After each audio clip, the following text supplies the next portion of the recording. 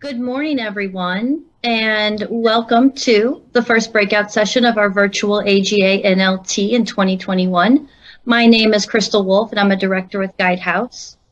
As I was preparing for this session, I had to think, who would have thought when we were all together in person at Ronald Reagan last year that it would be for many of us the last time we'd be in a large group setting for over a year and counting. Before we jump into the panel, I do want to go over a couple of housekeeping items since this is the first breakout session. We are going to have this be a very conversational discussion and panel today. And so I really hope that everyone will participate by submitting questions in the Q&A panel on the left side of your screen. I will be looking at those while we go through the session and weaving some of the questions into our conversation. And if we don't get to all of them, we'll try to take a few minutes at the end to answer some questions as well. We will also have a couple of polling questions after introductions to get to know the audience better and really make sure that we are addressing, who we have with us today. So I would really appreciate it if you would participate, again, through the polling panel on the left side of the screen. All right, so jumping right into it. As everyone knows, we are just a month into the new administration, and our country is still facing unprecedented times. Any transition can, of course, be hard, but this one in particular has new challenges, but also opportunities that we haven't seen in previous administrations. And we have three wonderful panelists with us today, and I feel very honored to be with them to talk to you about what's going on in their agencies and what they've seen historically with administration changes. We have Tanya Johnson, the Deputy CFO at Department of the Interior, Jenny Main, the Chief Operating Officer for the Centers of Medicare and Medicaid, and Stacy Marcotte, Acting CFO at the Department of Homeland Security. To set the stage for everyone, I have asked that they provide a quick background of themselves to make sure that they adequately describe their experience with administration changes and also what their current role and situation is related to this particular administration. So with that, I'd like to start with Jenny. Can you give a quick background of yourself? Sure. Thank you, Crystal, and thanks so much for having me on the panel today. It's great to be here.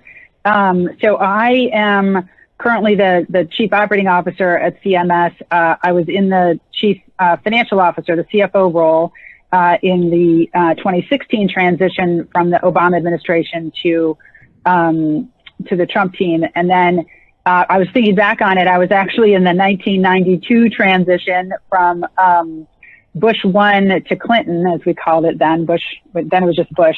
Later we called it Bush 1. So Bush to Clinton. And then I was in the 2004 transition from Bush to Bush, which I just point out because I think for those of us, many of you I'm sure have been through same administration changing from the first 4 years to the second 4 years, which can actually be quite interesting depending on what's happening. And then this last, and then I was in the Bush to Obama transition as a CFO. I was at the Small Business Administration for about 6 or 7 years. I was the CFO there. So I was transitioning, actually during the transition from Bush to Obama, I went from being the CFO at SBA to being one of the CFOs at the Treasury Department. I was doing the TARP, the Troubled Asset Relief Program. And that's an organization like HHS, where I am now, where there are major operating divisions under the department level. So the department's going to have a political appointed CFO, and then there are a cast of career CFOs at major operating divisions under it. So Treasury has that. We have that at HHS. So CMS is an operating division of HHS, and our staff CFO has always been a career role, like you'd have at FDA, CDC, NIH. Those are our big siblings, we call them. And then the COO job, I'll just say, is one that at CMS, and I think at a lot of other agencies, has at times been a policy appointment and at times been career. My predecessor was a policy official. I'm a career at CMS in the COO role. So I've been in, 3 or 4 different federal agencies. I've actually had 5 different CFO jobs. And then just about a couple of years ago became the COO, and we hired a permanent CFO. So that's my background, shaped by my background as framed in administration transitions. Thanks, Jenny. Yes, definitely a very wide variety of experience with administration changes, which is certainly one of the reasons we really wanted you on this panel. So thank you for that. Stacy, how about you? Hey, good morning. Thank you. I'm Stacy Marcotte, Deputy Chief Financial Officer for Homeland Security. It's nice to be with you today. I have been the Deputy CFO for the Department of Homeland Security since May of 2012. So I've been the career successor on a couple administration changes. Right now, I am the acting CFO, since the CFO is normally a political appointee, Senate confirmed position. I was the acting CFO for 3.5 years of the previous administration, and the career successor that was in place for the previous administration change also. So I've done it a couple times. I have a lot of experience working with and supporting all of the political CFO and political leadership directly in the department. I've also, even though the CFO's office, I think, is pretty much a non-political role. And I think when it boils down to fundamentals of the government, I mean, the government functions are always here, and we always have to remember that we're here to support the health, welfare, safety, and security of the American people. And those core functions don't change, and in particular, administrative support functions and mission support functions change even less.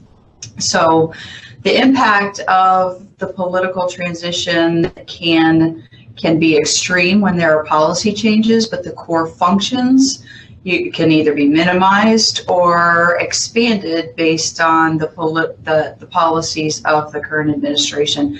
But I think fundamentally, knowing that you're continuing to serve for the health, welfare, safety, and security of the American people, that never changes, and in particular, accounting for your resources and how they're used. So I feel blessed that it's interesting to see the policy changes and the administration changes from this position, because obviously resourcing, you have to have dollars to do anything that the federal government does and puts in place, because it takes people, manpower, contracts, and activities to be able to implement policy decisions. But I've really been able to help focus on running the day-to-day operations of our business as a CFO and as a department supporting its mission as policies change back and forth. And I've never worked for a more political agency than the Department of Homeland Security. So thank you very much for having me here today. Yes, thank you, Stacy. I definitely think you'll have some great insights to share during this session. And last, but certainly not least, Tanya. Good morning, everyone. Again, my name is Tanya Johnson. I'm currently the Deputy CFO for the U.S. Department of Interior. This will probably be my third transition. Originally, under the Obama administration, I was at the Office of Personnel Management, where we transitioned from that to the Trump administration. And of course, now I'm at Interior, been at Interior for almost 2 years now. And similar to what Stacy said, our CFO is apolitical, so that position is actually vacant, but it's a triple role, I should say, because that person also serves as the Assistant Secretary of PMB, which is Policy Management and Budget. And because of that, a lot of the work gets pushed down because I operate in two roles. I'm also the Director of Financial Management. So basically everything gets done by my office, and the CFO is more so visible, but more so silent. We have our own CFO council where I lead. And so it's a lot of different things that play a different role here than probably at most agencies, because the Assistant Secretary, as I said, wears so many different hats that the majority of the time, the Deputy CFO basically runs all the Office of Financial Management and does all the financial management guidance, as well as represents the department outside of the office. I would say one of the major changes that I see with new administrations when they come in is just the learning curve from a financial management perspective. They're not as used to government, and appropriations and understanding the budget and so forth and trying to get them and going through the different rules and the processes. And so it takes a little time to get them up to par, but once they're up to par and they kind of understand, for the most part, what I've seen at Interior, at least, they step back. They are not really in that role. They more so have a more strategic role. As I said, the CFO there delegates basically everything to us, and it's in our departmental manual. I think one of the challenges that always happens with a new administration is trying to see their vision and make sure their vision is incorporated to what we're doing and how we're moving forward. And it's been interesting. Sometimes, we have to have those conversations over and over again, making sure they understand things like the agency financial report or understanding the audit or the various audits between GAO and OIG, because sometimes there's some initial confusion. But for the most part, is once they get in it and we acclimate them to the new process and make sure that they have what they need, is fairly easy. Sometimes there are things that come back up, but for the most part, we're successful in kind of bridging that gap. So I want to thank you all for asking me to be here today, and thank for all the participants as well. So that is the breakdown, basically, for our office. Thank you, Tanya. Yeah, it sounds like you have a lot on your plate, so appreciate you taking the time to be here with us today. All right, great. Now we will go into our 3 polling questions, and definitely appreciate input from all of you out there, just to get, again, a sense of who's with us today. So the first polling question, if you can go to the left side of your screen, is do you work in an office, for example, a OCFO, that is led by a political appointee?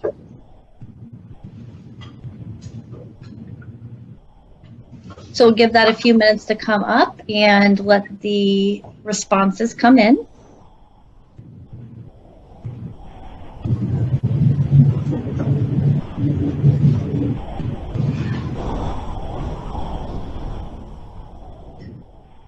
Okay, and I know it takes a few minutes on the slide for the results to pop up, but I am also looking at it on my tablet. And interestingly, we only have about 25% of folks that are working in an office currently led by a political appointee.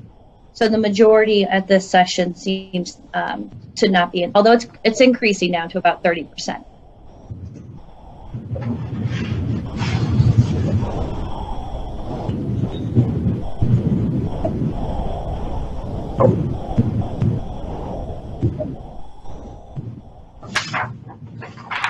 Okay, so I think we're ending up at about 72% do not work in a politically appointed led office.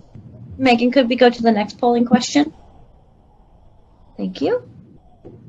Does your agency have a policy official in place under the current administration? Yes or no?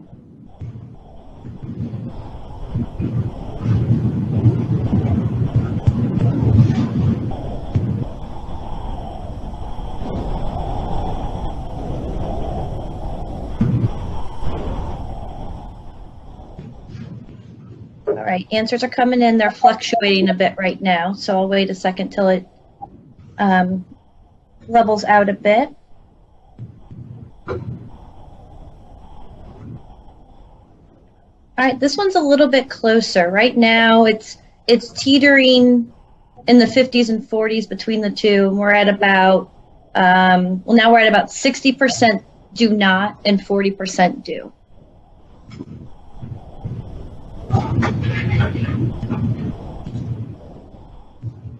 All right, Megan, and then our final polling question, please.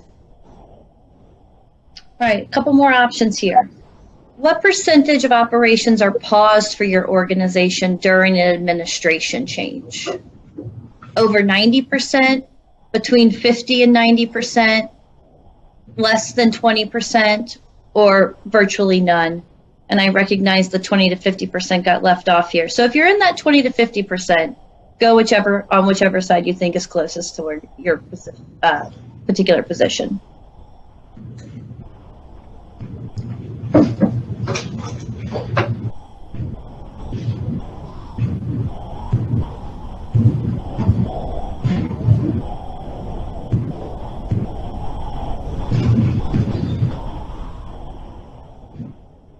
All All right, so this one is interesting and good news, I think.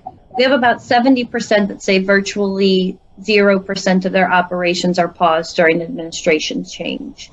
And about 25 to 30% say less than 20%. So I'd say the vast majority say operations continue as normal during an administration change, which is pretty good. All right. Thank you everyone for participating in the polls there. And now we will jump into our Q&A session. I obviously do have some questions that I'd like to ask the panelists, but I'm also monitoring the Q&A on the session. So if you have questions, please do submit those throughout, and I will try to incorporate as best I can. All right, so our first question, and this one will go out to all of our panelists. In your experience, what is the most critical factor for success in an administration change? I'd like to start here with Stacey. Thank you. I think what I would classify as the most critical factor for success in an administration change when the new administration comes in, it's what I call the speed of trust.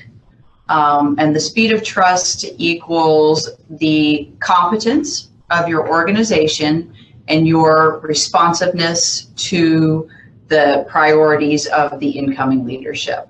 So the fact that you need to demonstrate, one, that you are competent organization, efficient and effective, understand policies and regulations, can be thoughtful and analytical when there are technical issues that come forward and contribute to the conversation from a competency level, and have that expertise of the federal government in place, but also being responsive to and acknowledging that you hear the priorities of the current leadership goes a long way to building that effective working relationship to continue the mission of the organization and to implement priorities. So the quicker you can get that, the faster your speed of trust can be built, and you can get to that trust zone, the more. That's the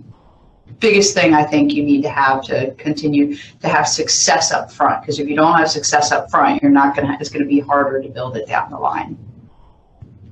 Great, thank you, Stacey. Tanya, anything to add there? I would say transparency. I think that's very important when you get a new administration, ensuring that you have things prepared for them, especially areas that may be hot, similar to what we do. But I think transparency, making sure that you have the door open to communicate, both hear what they're saying, and hopefully they're hearing what you're saying. So both listening and so forth, making sure you engage with them often. I know when new administrations come in, they're a little overwhelmed. Everyone's, trying to talk to them and trying to explain to them different areas, but stay in their viewpoint. That's what I call, where you can make sure that they know who you are and the things that you do, especially when it comes to the CFO office. Transparency is key for us. We deal a lot with GAO and OIG, and making sure we communicate the concerns that we have, so they will be aware. They won't be presented or sent something out of the way when they first get there and not be aware of it. So I would say transparency on both sides. Communication means listening to both sides as well, both being able to receive the feedback and being able to move forward. I think that is important. Great. And Jenny? I would, I'd actually, I agree with both of those. They're, essentially the same thing I would say. And I think maybe I could add a little frame to it to say, how do you build trust, right? And how can you build it quickly? And certainly one key thing is exactly as Tanya said, is transparency, right? Bringing that stuff. I think I would also, and communication, I would also probably bring the word integrity in, really being sure that you're acting with integrity, in terms of how you're thinking about the folks coming in and how you're organizing the information and the sequencing of it, and bringing those things to the table is going to help you build a well-functioning relationship with your new folks, as quickly as you can. But it's those foundational elements of a strong relationship that create trust. And some of it just takes time, and it takes a little bit of, this notion that you're not going to be perfect. Eventually a mistake will be made on one side or the other, a communication of something, and how people react to that, and how you recover, and how you continue to grow and build trust that has that elasticity to it. So you both sides really see that they're coming to the relationship with a level of respect and a willingness to work with the other, and realize you're there for the same reasons, and hopefully and you'll be a good team together. So that would be my connection between the two, because I think that's what, using those tools to get the goal of building that trust. And you guys have talked a lot about trust and transparency. One of the questions that we're getting from the audience that I think fits in here is, how do you handle disagreements with political appointees if maybe they want to change the way things are, being operated, and it just doesn't really jive with what you've done historically? How do you navigate that situation? And I'll open that up to anyone who has a point of view. So I'll start with that. Okay. Go ahead, Tanya. Okay. I think you have to be clear, for one. But one of the things that I do is that if there's a little difference of our opinion is, I try to have a one-on-one and bring to them some facts and show them some facts of why we moved in this direction, especially when it comes to accounting. Accounting can be a little tricky. We want to do things, but then there are so many different regulations and federal guidelines that we have to follow. So what I try to do is bring examples and show them how we've moved forward in this, the impact, and then let them make the decision. Ultimately, if they decide to move that direction, and it's not and it's not something that they're breaking a regulation or going out of guidance, and they choose to move in that direction, then they eventually do, with your agreement or not with your agreement. But I think in having the meeting, you have to be transparent. You have to let them know and see some of the outcomes that could come, and let them be aware of what are the impacts, and then you move on from there. Because 9 times out of 10, if they really want to do something, and they're going to do it. There's not going to be anything to stop them. But I think you have to be able to provide that feedback, examples, and the repercussions if we move forward with that way. Stacey, anything you wanted to add to that? Yeah, everything Tanya said. The only thing that I would like to add on to that is if something's not illegal, immoral, or unethical, we can get it done. So if there's a change in direction, we just have to make sure that it meets all of those criteria, and we're not breaking any laws doing it. That being said, I think when you do obviously have disagreements in approaches on how you do things, and those are best handled, as Tanya alluded to, behind a closed door in a direct, open, and honest conversation. I think a lot of what the career people bring to the table is context, perspective, and factual data that the incoming political may not have access to. So just knowing that they're the leadership and they're the boss, and describing context for why different approaches may or may not work is all you can ask for, is just to be listened to, and then you follow direction. That was a good question. Thank you. Sure. This is Jenny. Can I just add one thing? I also would, and I agree with everything that Tanya and Stacey have said too, but I would also frame it a little bit in some different language that might be helpful to people, which is this notion that one of our goals is to educate these folks. Wherever they're coming in, they may or may not have just the basic background on some of the different concepts that we've been dealing with for years.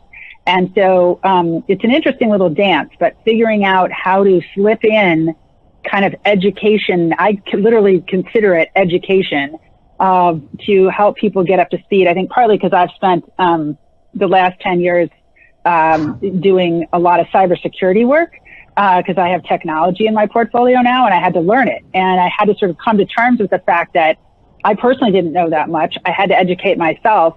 And so I'm much more open and direct about it now, saying to folks, like, when we have someone new who comes in, you can't assume that they have a lot of background in some of this. You don't want to offend them, right? And you can't like always ask them outright, like, do you know anything about this? Like, that's a little, a little, kind of obnoxious. So you're trying to find low-key ways to bring material to them, to help educate them, get them up to speed, so that they have a better sense for themselves of what they're dealing with. Especially, financial management does have, it has very technical accounting rules and different standards. Lord knows on the budget side and contracting in the federal space can be very tricky. There's a lot of ways to get to yes. There's a lot of ways not to get to yes that are not a great idea. And so I've just always found I'm always trying to figure out how to slip in some education so that their baseline understanding of what they're dealing with goes up. And then when you go to have those one-on-ones, they have more to work with and to draw on from their own perspective. And they feel like, because I think it's stressful if from their perspective, if you really have the balance of information and understanding of it, the power balance is very out of whack, and that can cause, stress on the trust. So it's trying to share and give them insights so that they can educate themselves. I think that can help them trust you, that you really are trying to help them get to the best answer for the situation. That'll get what they want done, but also potentially protect the organization from something that might just not be a good idea. Thank you, everyone, for providing your insight on that. The next question I'd like to move into kind of goes along with some of the things we've already been talking about, but this one is specific to the role of a career DCFO before, during, and after a political appointee comes on board in that CFO position. So Tanya and Stacy, you both are dealing with this as we speak. So Tanya, I'd love to start with you and get your insights, and then get Stacy's point of view as well. So I would say probably a little different is that at Interior, as I identify, I'm also the Director, Office of Financial Management. So I kind of run the Office of Financial Management. So the CFO, which is combined with several positions, is the Assistant Secretary. And so for the most part, everything is delegated to me. So when they're there, and even when they're not, it's in our departmental manual. So any financial guidance going out to the department and dealing with the auditors, OIG or GAL coming in, everything it comes to me. And I work with the Assistant Secretary more so on just providing updates on what's going on in the financial management world. If we have anything updated related to travel, or if we have anything related to the audits, or, just anything that may come up in the department for that. I think for me, wearing several different hats, including the senior travel official, I get to see everything. So everything comes directly to me, and that individual is only pulled in if they absolutely have to, which is very rarely, maybe 1% of the time, if that. And so, but I do think coming in, one of the things is transparency, having those meetings, meeting weekly with them, letting them know where we are, just in case they get asked, because they are technically the CFO. We don't want any surprises, make sure that they're aware. I try to educate them on the different audits and investigations going on, as well as the agency financial report. So it's more so about me for just keeping them in the loop from a communication standpoint. But basically everything is actually done by my office. So we really don't see that much transition or change when we have a new administration come in. Great. Stacy? Thank you. Thanks, Crystal. Yeah, I'll talk about before, during, and after. I'll focus a little bit more on during, but before the political appointee comes on board, obviously, make sure you meet them beforehand and have a positive impression of both yourself and your organization and be able to talk with them a little bit. I think meeting them up front before they're actually in the leadership position tends to build a little bit more of a collegial relationship. And then internally, number 2, review, tighten up, improve your internal processes before the appointee actually comes on board. I think having a smoothly running organization so that you're not worried about hiccups in the background about how things operate, who's making travel plans, who's processing paperwork, things aren't getting lost in between desks, and just making sure that your standard repeatable processes and people know how to perform them effectively. So those are the 2 things that I focus on beforehand, is a little bit of relationship building and meeting. And I remember I reached out once or twice when our incoming political was going to be in town and said, hey, we'll get together for coffee. The Legis Affairs people let me know, and let's spend like an hour or 2 and just talking about where we are as an organization, what your thoughts are, and a little bit about his background. And it flipped out our Legis Affairs people, like they thought I had something nefarious behind it all. But it was really he really appreciated it. He told me afterwards when he was in the door, and really just appreciated talking, frankly, before he was even in the leadership position and hearing from me. During, I think one of the important things you can do, and I've seen a lot of success with, is adopt their key messaging. Everybody comes in with their priorities and their own key messages, and one of our most successful division directors with the incoming leadership took the incoming leadership's key goals and priorities, and in probably the 2nd or 3rd time he had a discussion with them, laid them all out and said, here's how I contribute to them, and here's what you'll see from me advancing your goals. I'd say that won a lot of support for that division director's initiatives and pushing forward. So to the extent that you can adopt how they're saying something and make sure that you're aligning to their priorities, even though it could be exactly what you're already doing today, just called slightly different names, that goes a long way to building up front understandings and embracing their perspectives. And the other thing is that I think I was super appreciative of and blessed with our last political appointee, is they realized that they are here for a limited amount of time. And if myself as a career and all of the career leadership of our organization do not embrace and agree with the direction and the implementation of specific things, then it's going to die when they left. Whenever they would leave. And they were very deliberative about making sure that they had buy-in, and that between myself, the career, and the political person, there would be no daylight between us, so that anything that they started, I continued. Anything that I didn't agree with, we discussed and figured out where each other were coming from and what the right approach would be. So during having that relationship, I think, is very key, and being fortunate enough to have somebody who listened and accepted that. Now, everybody has different leadership styles, so during their time here, you have to embrace all different leadership styles and how you work with them and be flexible about that. But I think during, I was very fortunate to have no light between, but adopting the messaging, key priorities, and embracing and understanding different perspectives and what they bring to the table. Sorry if I'm breaking up, and make sure that I'm talking loudly enough. So that's it. After, we'll just say rinse and repeat, right? All the same things. Continue the same good priorities and functions that you do to support the mission. Thank you, Stacy. Thank you.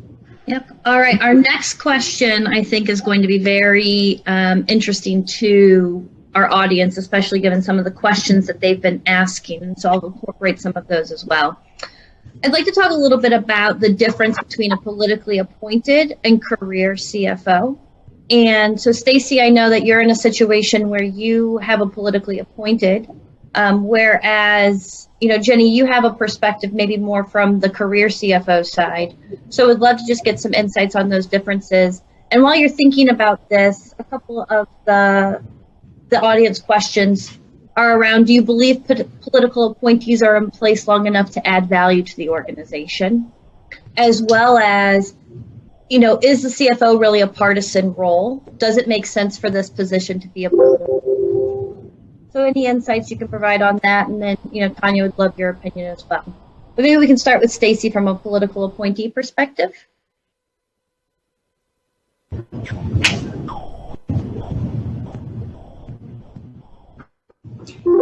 Yeah, I'm sorry, Crystal. I don't know what happened, but you completely broke up, and I don't know if people can't hear me or not. We can hear you, yes. Okay. I couldn't hear Crystal. She totally broke up for her questions after, is a political appointee in place long enough? Yeah, is a political appointee in place long enough to add value? And then the second question from the audience is a CFO role really a partisan role? And does it make sense for that position to be politically appointed?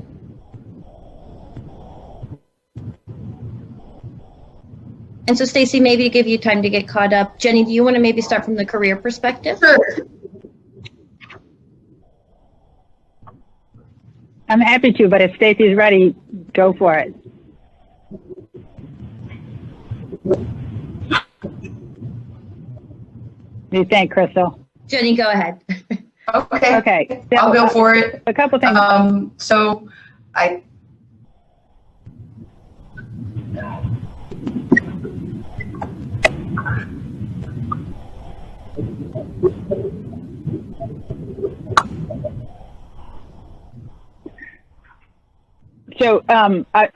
a career CFO, I think, this cornerstone question of how do you really drive lasting change? I think that is why the career CFO and why you have the reserve deputy CFO position, to really make sure that over the very long term, there are all the kinds of things you need for strong financial management in place. And you have that, you always have that long-term enduring capability as your underlying requirement for the institution.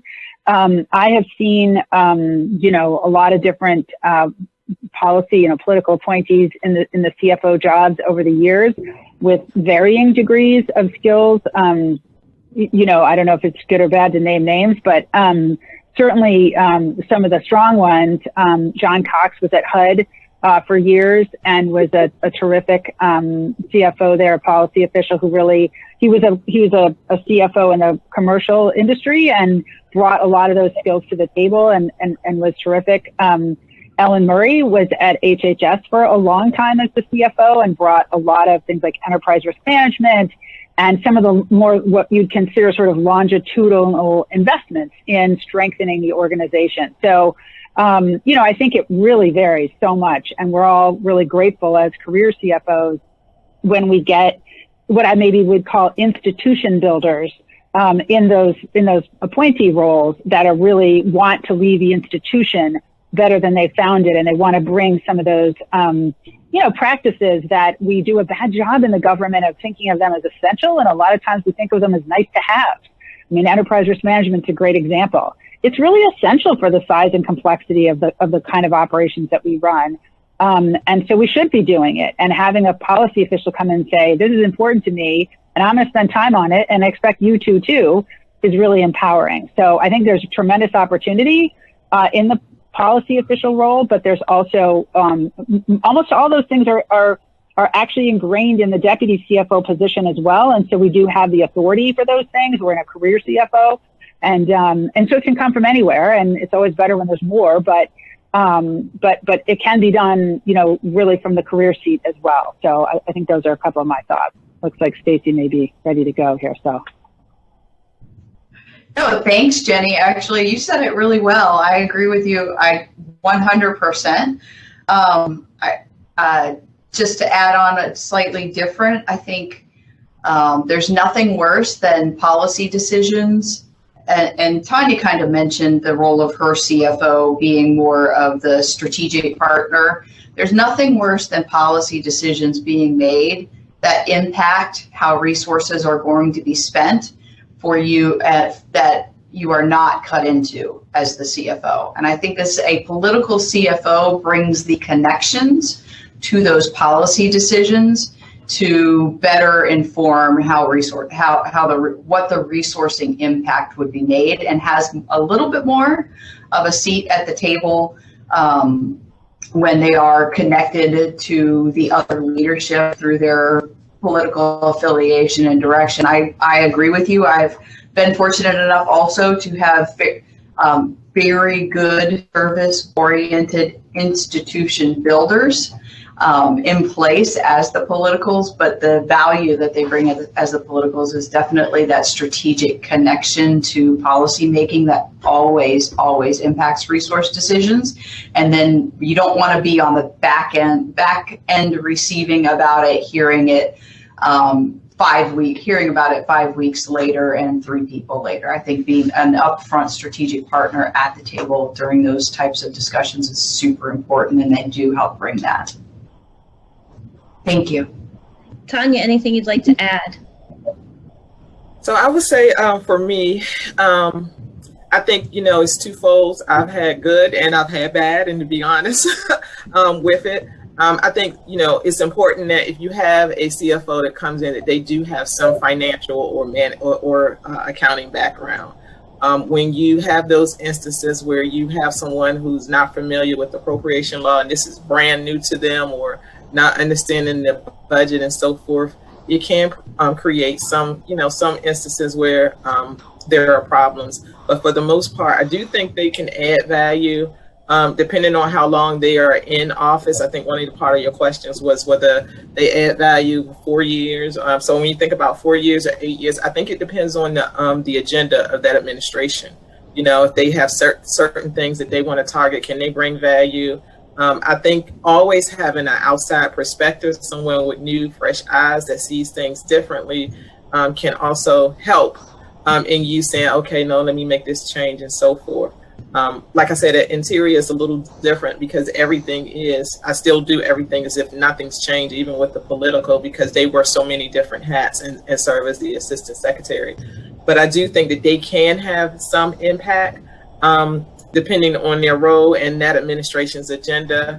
But I would say, I think it would be best to always have, if you're going to have a CFO, someone who has a financial or budget or some type of accounting background, and understand a little bit about the regs and stuff in government and audits, because it can be a big wheel for someone to take on and not totally understand that. And Tanya, one quick follow-up question to that. I know it's probably hard to quantify, but how much of your time do you think is spent bringing a political appointee up to speed on some of those very specific federal financial management topics? So that takes time. It can, so initially you meet every week to try to keep them up to date, or every 2 weeks with that. But as things come up, it's always something new.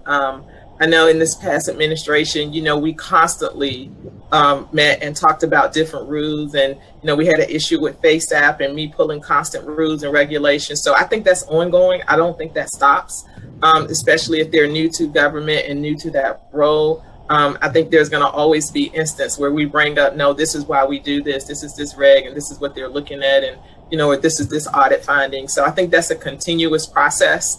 I choose my weekly meetings with the assistant secretary to make sure to bridge that gap and try to make sure they understand, and being instrumental as sometimes providing the deputy secretary as well information to make sure they understand. And so I think that's ongoing. I don't think that stops. I think that's there the entire time they're there as new things come about. So great, thanks. All right, so we are closing in on, yes. Hey, Chris, can I add one really quick thing on this? I was just reminded of something. So just tying these together, one of our biggest objectives and goals is to get our policy officials to understand and hopefully help advance our financial management agenda, right, and strengthening these functions. And so that's your ideal sweet spot, where you're actually using that relationship and them getting engaged and really, bought into advancing the institution building, if you will, and leveraging it. So I just wanted to, as these guys were talking, I was reminded of that's actually the nirvana place, where you're in alignment with them and using that extra political power that they have to achieve the financial management agenda. Yeah, I think that's great. I think a lot of people probably, especially based off the questions, really question if there's a value in having a politically appointed CFO. But I think you ladies have definitely shown, if handled in the appropriate way, and you guys really use the value of a political appointee, it can be really, really great for a CFO organization. So that's really great insight. All right, so we are closing in on the end of our session. We have 1 minute left. I'd like to do a very quick round robin. You guys have provided a lot of really great insights today. In a couple of words or a short phrase, can you please provide maybe the biggest success factor or any advice that you would have on effectively bringing on a new CFO or other senior leader?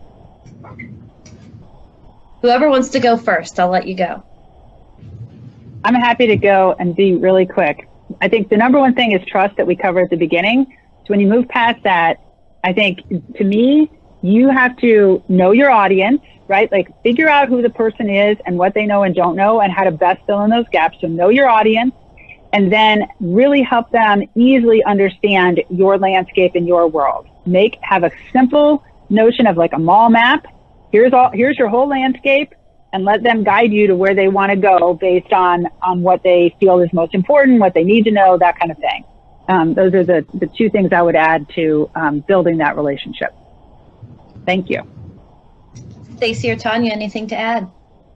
I think when you're dealing with senior strategic leadership like that, whether or not they're political, it's super important to make sure that if they ask you the time, you don't tell them how you built the watch. All they want is the time to get to where they need to go to implement their priorities. And the last thing they ever want to hear is, we did that before and here's why it won't work. Always try to get to yes and provide perspectives and pitfalls and how to overcome challenges. So that's the last thing anybody ever wants to hear coming into a leadership position, is why their ideas will not work. Tanya, anything to close us out? Yes, I would say one of the things that I always tell my staff, and one of the things I try to communicate to the politicals, is that I make sure that they have an understanding. Sometimes we communicate things from our purview and not theirs. And so making sure that we communicate to them and they actually understand what we're saying. We just did a huge training workshop for the entire financial management workshop for the entire agency, where we shut down for a week and we did online training. And so we had to present the training to make sure the audience understood what we were saying in different aspects. And I think that's very important for politicals. Sometimes we just run off because we know what we're talking about, but they don't know what we're talking about. So, I kind of pride myself on being transparent, but being clear, and then being open to sit down with them and say, hey, I have some extra time. You want me to walk you through this and so forth, because we want to make sure that they understand and that it's clear in whatever decision they make. And we try to help them get there. Great. Well, ladies, again, thank you so much. And thank you for everyone who participated via the polls and the Q&A. I hope that everyone goes out and enjoys the rest of NLT and can enjoy this beautiful day if you're in DC. Thank you all very much. Take care.